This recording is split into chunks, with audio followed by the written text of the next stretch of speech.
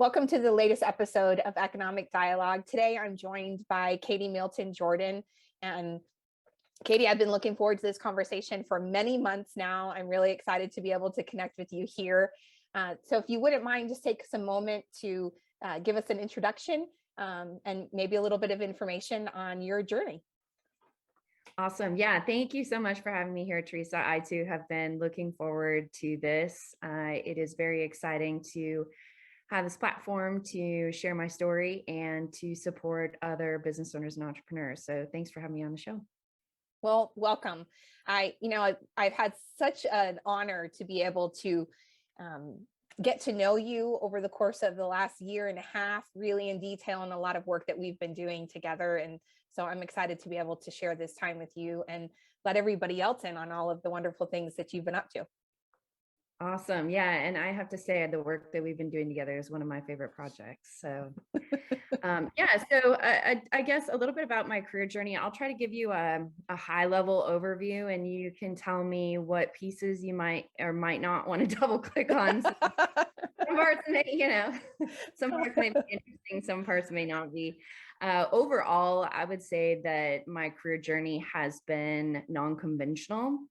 After studying business in college and working in corporate America, I see we have a guest. We have a cameo from my little chihuahua here. I love it. And it wouldn't be Zoom. It wouldn't be, any of the virtual meetings without a little show of modern working without, pets and family. They're all invited to these calls, right? Yeah, I love it. I love it. So yeah, we have Dobie joining us from our office today. So. Hi, Dobie. She's gonna help. But yeah, so she, in addition to the non-conventional path, she found me on the non-conventional path. And I studied business in college. And after I graduated, worked in corporate America for several years. And I found that it was not the fit that I was really expecting it to be. So I took a sharp left turn and sold everything I had and moved to Eastern Europe to pursue a TOEFL certificate to teach English as a foreign language. Wow. So my logic was that if I was going to, screw up my career by doing something completely risky, I better do it while I was young enough to have a chance at rectifying my mistakes. I love that. That's such a really good piece of advice. Do it while you're young. The consequences are a lot less severe. And at the same time, it's never too late, right? Yes, I agree with that. And thankfully, though, it was the right choice for me. And I didn't end up returning to the United States for 12 years. And wow. during those 12 years abroad, I lived and worked in 3 different countries. I traveled to many more, of course. But I really benefited from the amazing experiences that I wouldn't have had I, stayed stateside. And as a matter of fact, I met my husband while I was living and working in a 1-room schoolhouse in East Mujeres, Mexico. He is a sports fishing captain and a 6th-generation Texan. So, the saying that you get from non-native Texans, like, I'm not from here, but I got here as fast as I could. Yeah. So that's how I got here. And while I was living abroad, I purchased my first business in 2010, and it was a salvage grocery business out of Houston.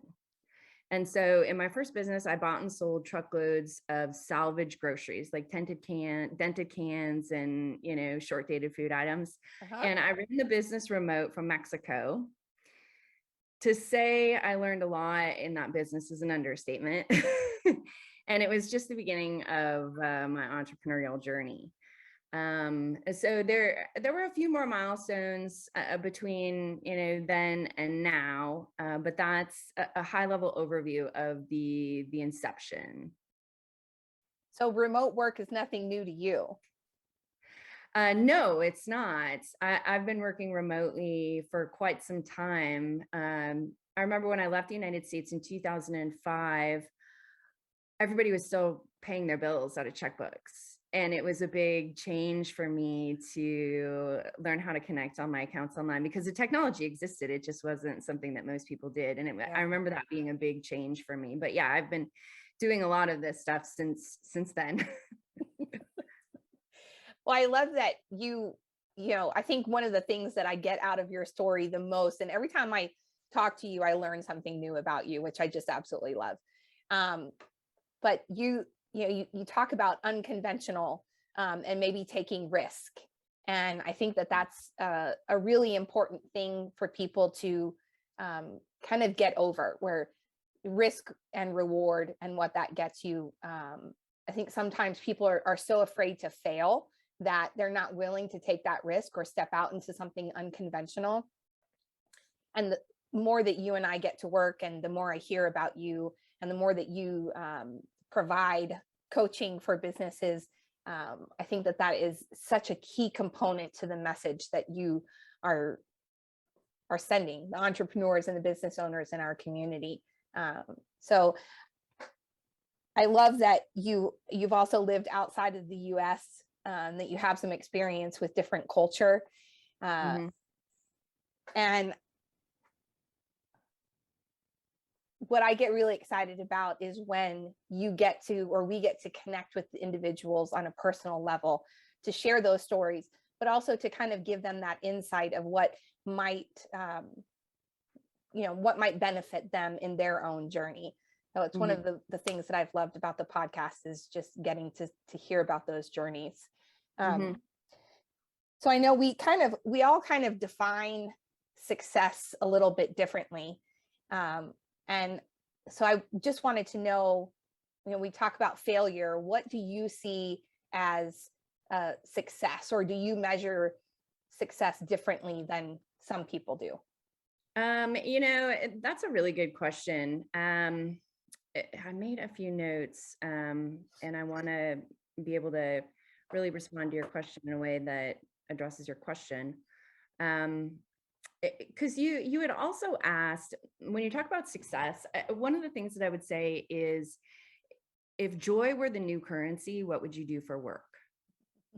And that's the question that I like to ask myself a lot when I'm trying to define success, or when I find myself caught in a comparison trap. If I'm like, oh, I see so-and-so's doing it this way, or so-and-so's here on their path and I'm here on my path. And I try to remind myself, but really, how are you measuring your success?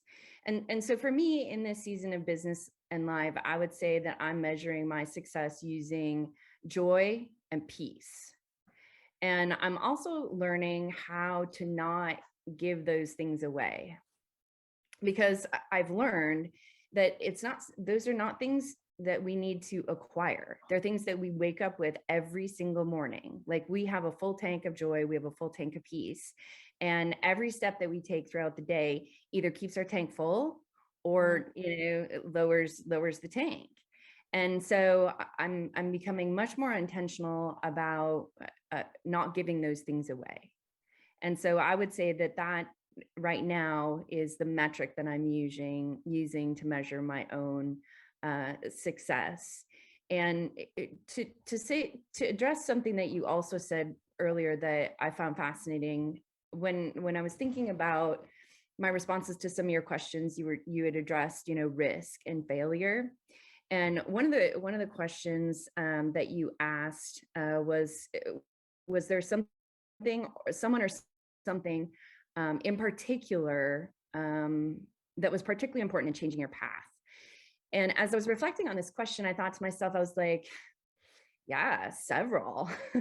And then as I started thinking about what they were, I was like, oh God, I don't want to share that story. And the reason why is because, candidly, it's some of the hardest moments that shaped me the most remarkably. And, again, candidly, I'm not sure I'm ready to share those publicly.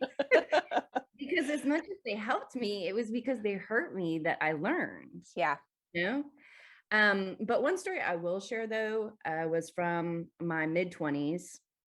I was working in a challenging work environment and hired a professional coach to help me kind of untangle the web. And coaching was a new profession at the time. And I was eager, intense, and ambitious. And people who know me now would describe me as eager, intense, and ambitious. So, like, imagine that 20 years ago, like, ratchet that up by a million, right? And then you can kind of imagine, like, what this poor coach was, like, faced with, right? And the coach I hired had never coached before. I was his first coaching client. And so it was an eye-opening experience for both of us, to say the least. But that coach, his name is Gary. We're still friends to this day. I would say that he changed my path in the middle of a challenging situation that also contributed to changing my path. But in a very practical sense, he helped me navigate the red tape and the politics and the bureaucracy of the corporate world in a way that allowed me to succeed instead of only being impacted from the injury of the environment. And another interesting reflection that I like to have on that time is that he helped me to be very intentional about how I was going to exit. And I remember when I turned in my letter of resignation, my superiors laughed at me. They laughed at me when I turned in my letter of resignation, and they said that I could have my job back in 6 months when my plan failed. Wow. And I'd like to say that my plan didn't fail, because that sounds cooler, but that would also be misleading. But the plan failed over and over and over again. But the coach that I had worked with me and helped me to learn how to be resilient by using those failures as stepping stones and climbing to the next level. So that would be an example of something and someone that shaped the path that I'm on. And just kind of speaks to that risk and that failure that you mentioned earlier. So there's key words that I find come up every single time I have a conversation with, a mentor or entrepreneurs that I've had on the podcast, or even, other resource partners. And there are key phrases or key words that seem to repeat themselves quite a bit. And so, one, I love that you talk about success through failure, and that what you did was intentional. Now, maybe your failures weren't intentional, but as you were moving through all of those steps, working your way through, there was intention behind it. So I think, again, I go back to those conversations and what I want to be able to tell people, young or old, or whatever phase of life they're in, is that it's okay for it not to be perfect. Mm-hmm. And some of the most valuable lessons that you get, like you said, are out of circumstances that some people would see as failure, but ultimately you've made them successes. And I also love that now you're in a position of doing what Gary was doing for you, that you're doing that within the community. Exactly. Yeah, exactly. I love that kind of full circle aspect of your journey. Yes, definitely. And I would also use, a phrase that I like to use is fail forward. And I think that, if you talk to, people who are out there in the game, whatever that game is, if they're out there doing the thing, actively doing it and showing up every single day and, taking swings, that there is going to be failure. And I'm excited that I'm seeing more and more people talk about that and celebrate that and begin to normalize that. Yes.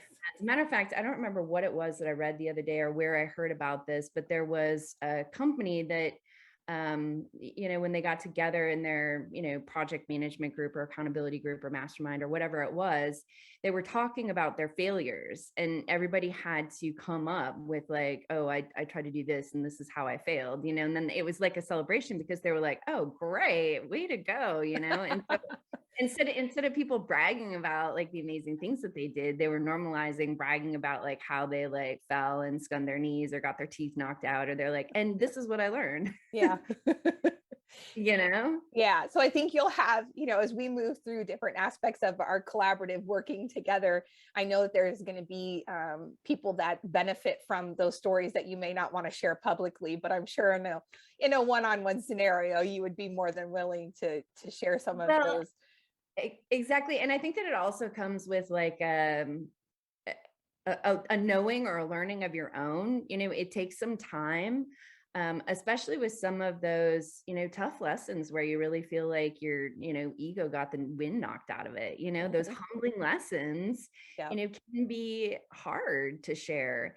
And as a professional or someone who's working through those things, it takes a bit of time. You don't put a Band-Aid on it and move on. Yeah. And so I think that you have to know yourself well enough to be able to get to a place where you're like, okay, I've healed from this lesson that I've learned, and now I can speak about it without it having malice or having it, having it be, negative. Now it's just a pure learning thing.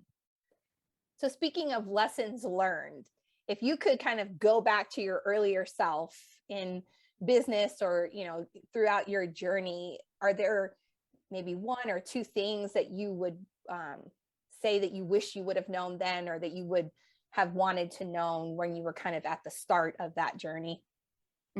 Yeah. As a matter of fact, there is. I took a sales training this past weekend when I was at a conference in Houston, and I've been a sales role in some way, shape, or form my entire life, and so I've been taking sales training since early on in my career. And I think that it's important that we're always, learning and iron sharpening iron kind of thing. And it was during this sales training that I was reminded of something that I was taught early in my sales career. A lot of people will teach you. You can do sales and be successful in sales when people know you, when they like you, and when they trust you. And I do believe that that's true. However, the advice that I would give to my younger self is I would flip that on its head. I would say, spend more time focusing on knowing, liking, and trusting yourself, and less time on trying to convince other people to know, like, and trust you.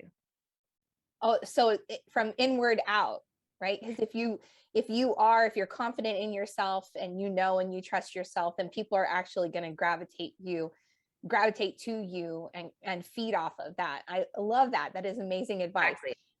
Exactly. It took me a long time to flip-flop that and learn that, from my own experiences. But that's one piece of advice that I would give myself. I would say, know, like, and trust yourself first, and then, worry about those other pieces.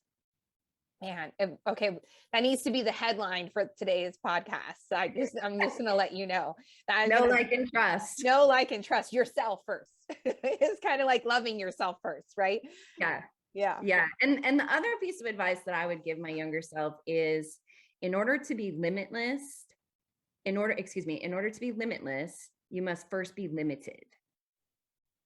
And what I mean by that is, freedom is a value that I hold very dear. And in retrospect, I can see that many of my life and business decisions have been motivated by that value of freedom. However, I've also learned that unadulterated freedom isn't the answer either. In my experience, it has led me to being lazy and overly indulgent, and that may not be the case with everyone.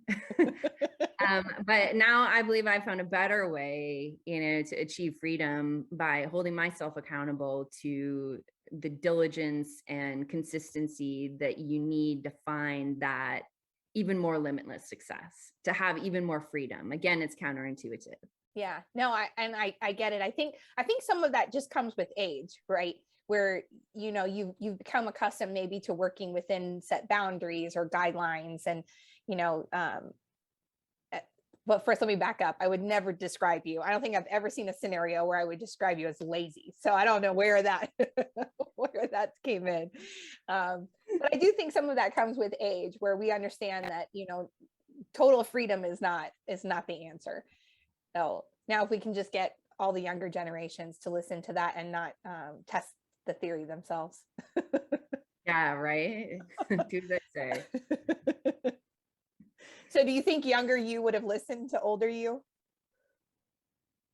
I think that, yeah, I would have. The other thing that I'm learning, and this may come across, I hope that this lands the way that I intend for it to land. I hope it doesn't come across as like really egotistical and conceited. But when I look back on my younger years, and I remember my mom, saying to me, well, what makes you think you know everything, and she said it in a more loving tone than that, but that's the way my ears heard it, right? And I reflect now, and I think, in a certain sense, I did know everything. and I don't want to, give myself too much credit, but the thing that I didn't know was the depth. I didn't know the layers of the onion, like I knew that if a person did this, that they could expect to receive this as the result. I knew that, people died at the end of their life. I knew that bad things happened to good people. Like I knew these certain things, but I just had never, since I had never experienced the pain of losing a loved one to, a disease, or since I had never lived through that, I couldn't comprehend the depth. Yeah. So yes, I do think that my younger self probably would have internalized that message on some level, but I do think that it takes life experience to be able to really apply that in a practical sense in your life and business so that it serves you. And I do think that your younger years are a time of experimentation. I think that you do need to get out there and find out like, oh, okay, what's going to happen when I try this sales campaign using these strategies versus this, Yeah. I love that. So, wisdom is, we all know that, right? Wisdom does come with experience, but I think recognizing that the youth of our today, they do have, like you did, they had a breadth of knowledge. It just may not have been the depth of knowledge that's going to take them to that next level or that next stage. Although I see that being crushed left and right by these young entrepreneurs that just seem to be so wise beyond their years. And again, I think that does come back to some of that feeling like it's okay to risk it. It's okay to step out and to take an unconventional path and risk that. So part of risking it and your wisdom and your depth of knowledge now, I have to bring up the fact that not only are you this year's 2021 KerrEDC TopForty Award winner, you've also been given another great recognition from is it IBBA? Yep, the IBBA is the International Business Brokers Association. So tell me a little bit about that. The International Business Brokers Association is a nonprofit organization that serves professionals in the business brokerage industry through education mainly and providing support so they can serve even more small business owners in buying and selling of their business. So one of the things that they do is they have an industry credential that's called a CBI. It stands for Certified Business Intermediary. And I'm really honored to have passed my exam and earned my CBI credential earlier this year. It was this past spring. And the IBBA also recognized me for being a top producer in 2020. And so that was very exciting to earn both of those recognition. And just this past weekend, literally 2 days ago, I returned from Houston and the International Business Brokers Association conference and met some amazing people from around the world, some amazing business intermediaries, and got to learn so many incredible things. I mean, it was a super intense 4 days, like it was drinking from the fire hose.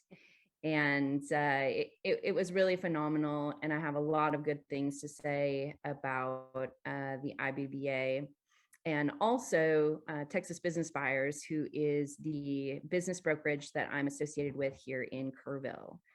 And they're a great organization, boutique firm, not associated with any franchise, doing a fantastic job serving business owners here in Texas.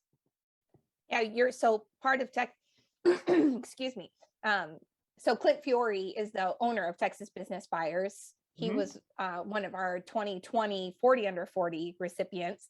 So you guys seem to be in a great, wonderful league of, and he also received one of the IBBA awards, right? Yeah. Wasn't that in 2020 as well?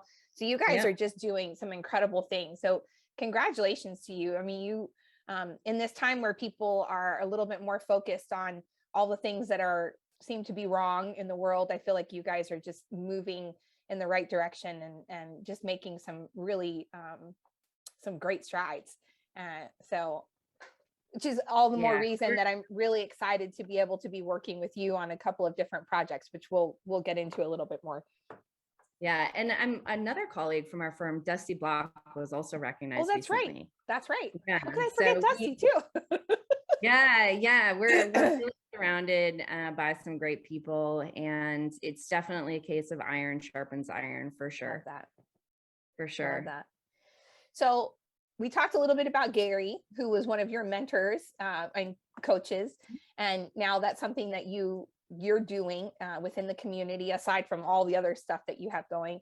And I feel really, again, privileged to be able to have interacted with you within KerrEDGE, which is our entrepreneur center, where, what was it, back at spring was when we completed our first session with you doing your Leadership Mastermind class. And so I just wanted to give a little bit of a moment here to let you talk about the upcoming leadership class that we're doing in the fall, and what that might look like for people that would like to engage with you in that class. And then what maybe some of those sessions afterwards might look like.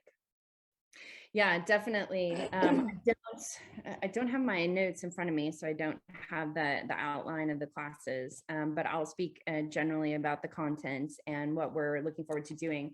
Last spring's cohort, I believe, was a really good success. We got great feedback from the participants that were in the cohort, and we received feedback from them about how the program could be tweaked to serve people like them even better. And we have made some of those tweaks and implementations in this next cohort.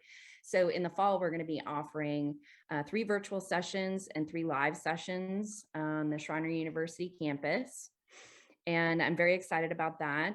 And what the Leadership Mastermind is specifically designed to focus on is strengthening your personal and your business foundation. So we noticed in the last cohort, and you can, let me know if you agree or not, Teresa, but there were a lot of younger professionals that came in to the cohort. And so the content was really designed to help support a strong personal and business foundation for those younger professionals. But surprisingly enough, the more mature professionals that were enrolled in the class, I feel like still took a lot of value away from it, because a lot of the principles that we were working on in the Leadership Mastermind are evergreen principles that, kind of like I was talking about, peeling away the layers of the onion. Like, this when you're younger, but as you get older, your depth of knowledge and your wisdom, it becomes more mature and more refined. And so you're able to apply these strategies and these tools in a deeper way, in a more meaningful way. So that's kind of a high level overview, but it's a leadership mastermind specifically designed for younger professionals or professionals of any tenure that are looking to strengthen their personal and professional foundation so that they can achieve even greater success. I think it's in one of my first sessions that I described to people. It's like a skyscraper, right?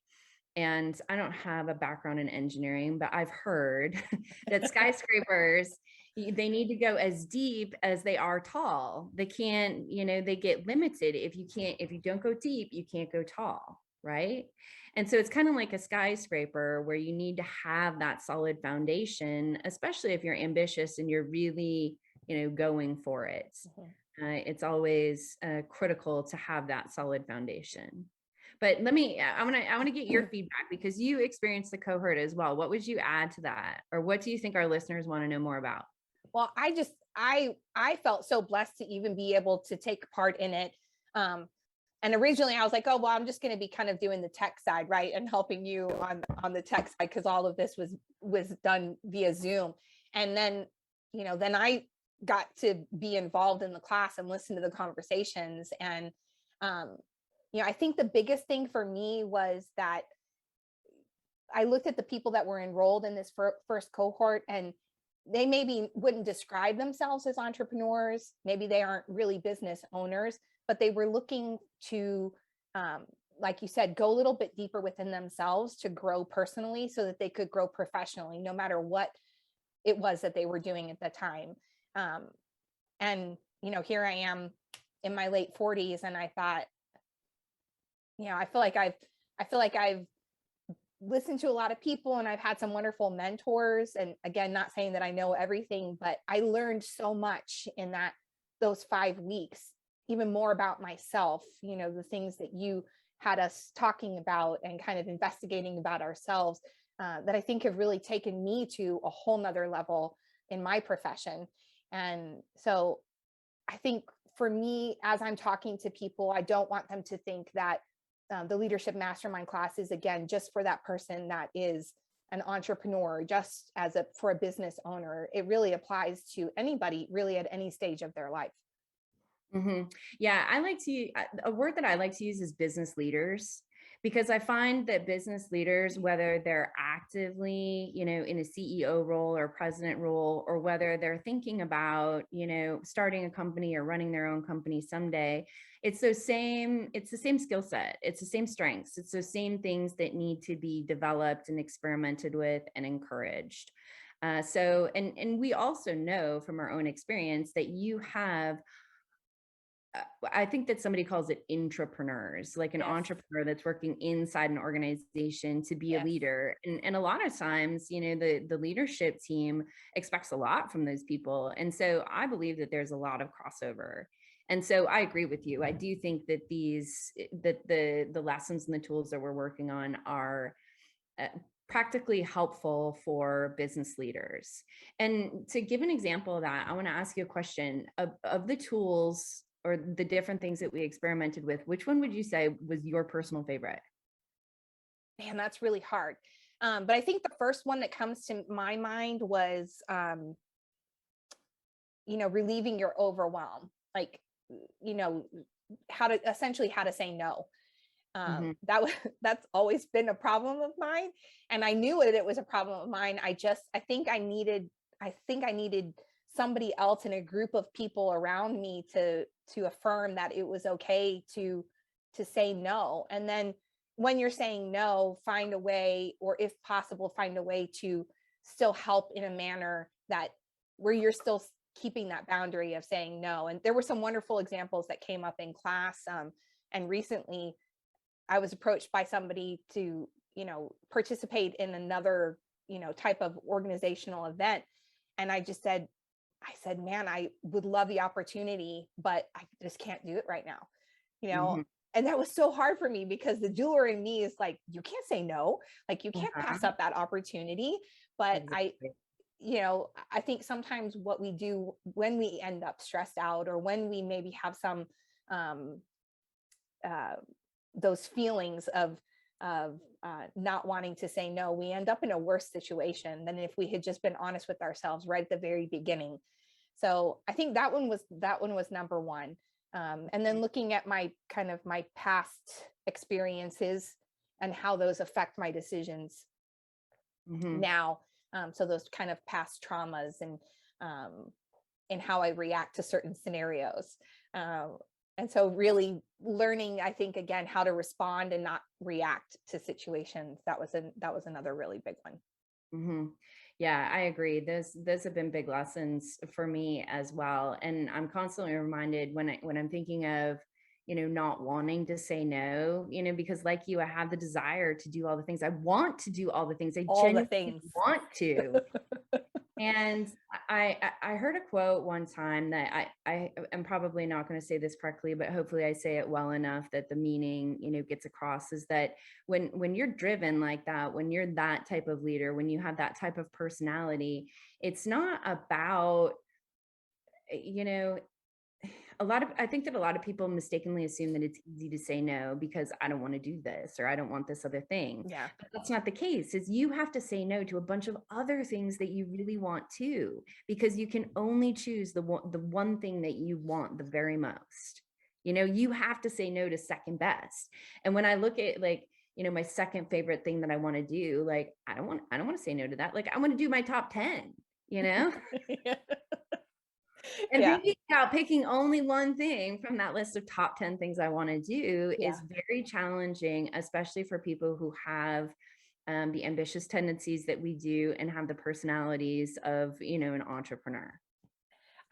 I'm so excited that I get to participate again in the fall, because I feel like even if we repeated the same material, which I know some things are, you're changing up a little bit, but I feel like I could go through this class with you so many more times. I mean, at least 5 or 6 more times, and I still wouldn't be able to get everything I needed, all at once, because it's such deep content that really does help you get to whatever your next level is. And you can take a little bit or a lot of it, and phase it. So we talked a lot about, okay, well, do you think we should, do you think we should repeat this?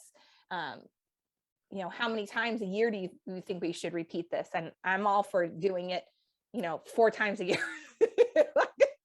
I guess I feel like I could just get so much more out of it every single time. It's kind of like reading a great book, right? You can go back, reread it, and you learn something, or you find something that you had missed before, and really be able to dive deeper. So I'm really excited. And I know that we have a couple of people that were in the very first group that are actually going to come back again to be able to do it. And so I'm excited for them to be able to participate during this one, and kind of be, I don't want to say our next mentors, but, to have gone through it one time and to be able to absorb some of that stuff for the people that are coming in through this session for the first time. So I just really appreciate your time and all the effort that you've put into it, and that you're passing on some incredible information to our community leaders. Yeah, no, I love it. And like I said, if joy were the new currency, this is exactly what I'd be doing, Well, it shows in really everything that you say yes to.